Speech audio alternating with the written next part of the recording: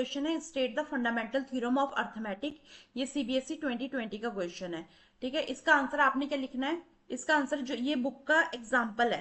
ठीक है, आप एग्जाम्पल में ये फंडामेंटल थ्योरम अपना रियल नंबर्स में देख सकते हो। ये है every composite number can be expressed as a product of primes and this factorisation is unique apart from the order in which the factor अकर।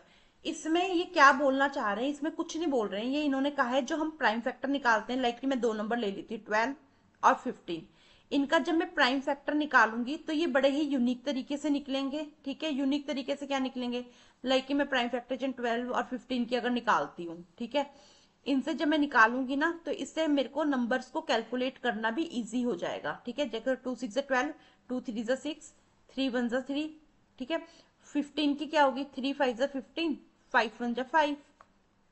तो यहाँ पे मैं लिख देती हूँ 2 × 2 × 3 और 5 की क्या है 3 × 5।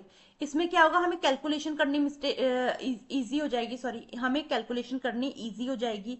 और ये यही कह रहे हैं कि फैक्टराइजेशन को करने का यूनिक तरीका और इसके अलावा कोई और तरीका भी नहीं है इस इन नंबर्स की फैक्टराइजेशन का। ठीक है, तो ये हमारी फंडामेंटल थ्योरम कहती है। इससे हम एलसीएम भी निकाल सकते हैं, एचसीएफ भी निकाल सकते हैं, प्राइम फैक्टराइजेशन तो ऑब्वियस बात है ही है। ठीक है, तो ये हमारी स्टेट फंडामेंटल थ्योरम बताती है। बेसिकली अगर क्वेश्चन पेपर में आपका ये क्वेश्चन आता है तो आपने सिर्फ ये जो 3 लाइंस है ना, ये 3 लाइंस वहां लिख देनी है। और फॉर एग्जाम्पल में आपने कोई भी किसी भी 1 या 2 नंबर का प्राइम फैक्टराइजेशन आप करके दिखा दीजिए, आपका सम बिल्कुल ठीक हो जाएगा। यहाँ पे मेरे क्वेश्चन खत्म होता है। Thank you.